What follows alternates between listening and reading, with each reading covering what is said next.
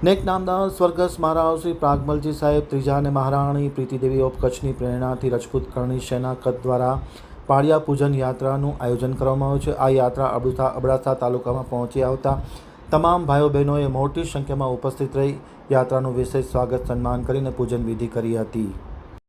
હવે જોઈએ wire આમતક news બ્યુરોનો એક વિસ્તૃત અહેવાલ। નેક નામદાર મહારાવ શ્રી પ્રાગમલજી સાહેબ ત્રીજા મહારાણી પ્રીતિદેવી ઓફ કચ્છની પ્રેરણાથી રજપૂત કરણી સેના કચ્છ દ્વારા આયોજિત પાળિયા પૂજન યાત્રા આજે કચ્છ જિલ્લાના અબડાસા તાલુકાના ગરડા પંથક વાયોર ગામે આવી પહોંચતા પ્રમુખ અબડાસા તાલુકા કરણી સેનાના હકુમતસિંહ જાડેજા વિંજાણની આગેવાની હેઠળ વાયોર, ભોવા, ફુલાઈ, વાઘાપધર, એડા, ઝઘડિયા, અકરી મોટી, બેર નાની મોટી, ચરોપડી મોટી નાની, છસરા, વડસર સહિતના ગામોમાં આ યાત્રા પહોંચી હતી। વડીલો દ્વારા, યુવાનો દ્વારા મોટી સંખ્યામાં હાજર રહી પૂજન કરવામાં આવ્યું હતું। મુખ્ય ઉદ્દેશ કચ્છમાં થયેલ ઝારાનું યુદ્ધ, ભુજિયાનું યુદ્ધ, ગાયો, બહેનો, દીકરીઓ અને રાષ્ટ્રહિત માટે દરેક જ્ઞાતિના સુરાપુરાઓ, પાળિયાઓ અને ભારતીય સેનામાં શહીદ થયેલા સૈનિકોને બિરદાવવા માટેની આ યાત્રાનો મૂળ હેતુ હતો।